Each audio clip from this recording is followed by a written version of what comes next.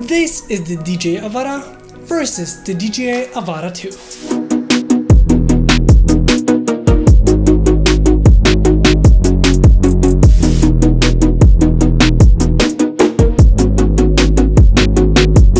In today's video, let's compare the DJI Avata 1 with the DJI Avata 2. Basically, two Avatas from DJI and how did things stack up when comparing the two drones. First off, I would like to say thank you to Megadron for making this video possible and lending out the Avata 2 along with the new controller and the new goggles. Without them, this video would not be possible. So if you're interested in drones, action cameras, and that kind of stuff here in Poland, check out Megadron. It's gonna be linked in description. So how do the two drones compare? Well, side by side, they seem pretty similar, and size-wise, they're pretty similar too. Well, first thing you're gonna notice is the Avata is much more top-heavy. It sits on top of the propellers, where the Avata 2 is much more slimmer and much more wider compared to Avata 1. So it's a little bit different build quality, and this is supposed to fix the tumble. Well, the thing is, the aerodynamics are better, but I still seen people actually had it flip. Other than that, I would say it's pretty similar. Flying with both, you'll notice that flying with Avata 2 after flying with Avata 1 seems very familiar. It really flies very familiar, but it's much more quieter.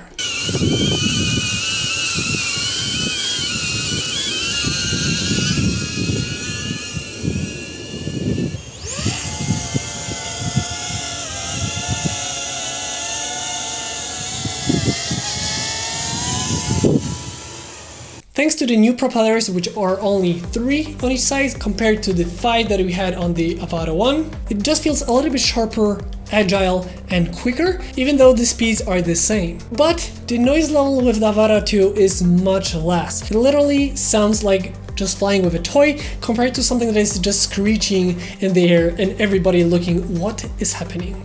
So in that department, the Avata 2 is much better. In terms of flight speed, actually the Avata 1 is faster than the Avata 2 in the CE region, which is Europe. Because it has a C1 label, it cannot reach its top speed, it's limited to around 69 km per hour, where this can go to 95 or 100 km an hour in Europe. So there is a difference here, and there is no official way to take that limit off.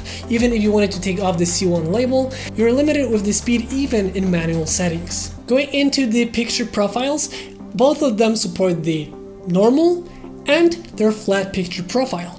But the Avata 1 uses the Cine-like, which is an older flat picture profile that is not full log, but is still flat and really nice for post-production, and it is in 10-bit. Where the DJI Avata 2 uses a newer flat picture profile, which too isn't a full log compared to like DJI log, but it is the DJI log M, which is in 10-bit and is a really nice picture profile for post-production. So both of them have a flat picture profile that you can edit from, which is really nice. One thing that I noticed is on the Avata 2 you can actually record in 4:3, and thanks to this you can record in 4K 4:3, put it into gyroflow for post-production stabilization, and have really nice footage both for vertical and horizontal videos.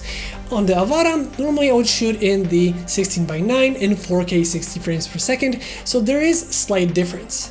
Overall, I wouldn't say there's a huge difference in terms of quality, and it's pretty similar. If you had them side by side, it's gonna be hard to notice which one is better. In my opinion, it is slightly better, but it's not something that you're gonna notice even on the side by side comparison. On the Avata 2 is much nicer to get to the SD card and USB. As you can see, they fixed the mistake from the first one. It's really easy to open, and you have access to USB and the SD card on it. On the other hand, the Avata is really hard to get into it. It's between the propellers and the propeller guard. It's much harder than the Avata 2. In terms of the build quality, I would say both feel sturdy, but I just feel like Avata 1 might feel a little bit more sturdy. It just feels a little bit more like it can take a beating compared to this.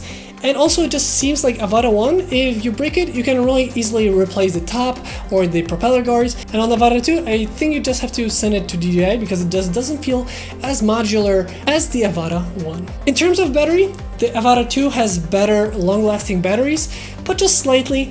But I really like the way they put it. On the Avata 1, as you can see, they're on the top here. So a lot of people had, when they crashed, the Avata would eject the battery, it would just crash off. Well, they fixed it on the Avata 2. Now the battery is kind of like the Mavic series, where it's inside the drone. As you can see, there's a compartment where you slide the Avata battery and it's inside the drone. So essentially they fixed the mistake they had with the Avata 1. One thing that I noticed but that didn't affect my flying experience is the Avata 2 has the propellers facing up and the Avata 2 has them facing down, so they're facing this way. It is a push and pull kind of a situation, but I'm not sure if it really makes any difference in terms of my flying experience. If someone had it, please let me know in the comment section down below, but it didn't feel much different, but I suppose there is a reason they did it. Same as with the propellers having less blades and just being a little bit more curved compared to the flat and 5-blade propellers on the Avata 1. And with these drones, I was flying with the goggles V2 for the Avata 1 and goggles 3 for the Avata 2. Pretty much like the older goggles, which were a little bit more comfortable for me and for my face, and the new iteration of the goggles. You can actually say like it's a combination of goggles 2 and the goggles Integra. You have the GPS and the battery on the back, which sits really nicely on the back of your head. You have the OLED, really nice screens. You can change the diameters, so if you are short-sighted or far-sighted, you can change it for yourself to have the best screen quality. They're pretty much lightweight and easy to use. But the goggles 2, which look pretty similar, didn't really fit my face shape too good, so the quality was never that good, and the screens would just look a little bit fuzzy. So what they did here is you actually have this on your forehead right here, and now you're no longer having to push your nose or your cheekbones or your forehead into the goggles. Now all your pretty much weight is going on your forehead and on the back of your head, and thanks to this, the goggles pretty much like, you know, sit over your face and all the pressure is here, which is much better than before. Now the goggles actually feel really nice to use, so the quality is much better in my opinion. I can see really nicely with them, and overall the convenience of having the battery and everything here is really nice, so it's really easy to put them on. They're ready to go. As you can see, ready to start. We have the antennas, and now we can actually use it. You can slightly adjust it up and back, but as you can see, it's really easy to set up. Everything is going from here, and there is no pressure on the goggles itself. Even the foams have been pretty much taken out and just like this flimsy rubber foam around it, so it's really nice. The Avata 2 also comes with the new motion controller 3. If you're into that kind of stuff, if you want to fly with the motion controllers in normal and sport mode, you have that option here, and the controller is like another iteration of the setup. Unfortunately, to fly in full manual, you need to get the FPV controller 3, and the FPV controller 2, which I had from the DJI FPV and the DJI Avata, no longer works with the Avata 2. This is the one with the antenna, and the new one doesn't have the antenna, so it's really similar, but a little bit different. But it's similar, but it's different, and it does not work across the generations. So I'm gonna say it's probably really similar to this one, and I really like this one, so it should be good to go. Avata 1 has a really good transmission signal, and Avata 2 even better. So in a way, I never had problems with the transmission on Avata 1, which was a really nice step up. Well, this is even better, so essentially you're good to go with the transmission. The Avata 2 also has the easy acro in the normal mode, which means you can do flips and that kind of stuff, which is really cool for people looking at it, but maybe not in the goggles. Overall, I would say the biggest difference here is it's not a revolution per se, more like an evolution. It flies similarly, it records in a similar fashion and quality, but it is an improvement in different departments. It has better quality recording, it has better flight characteristics, longer flights, but if you already have the Avata 1, I don't know if I would push you to get Avata 2.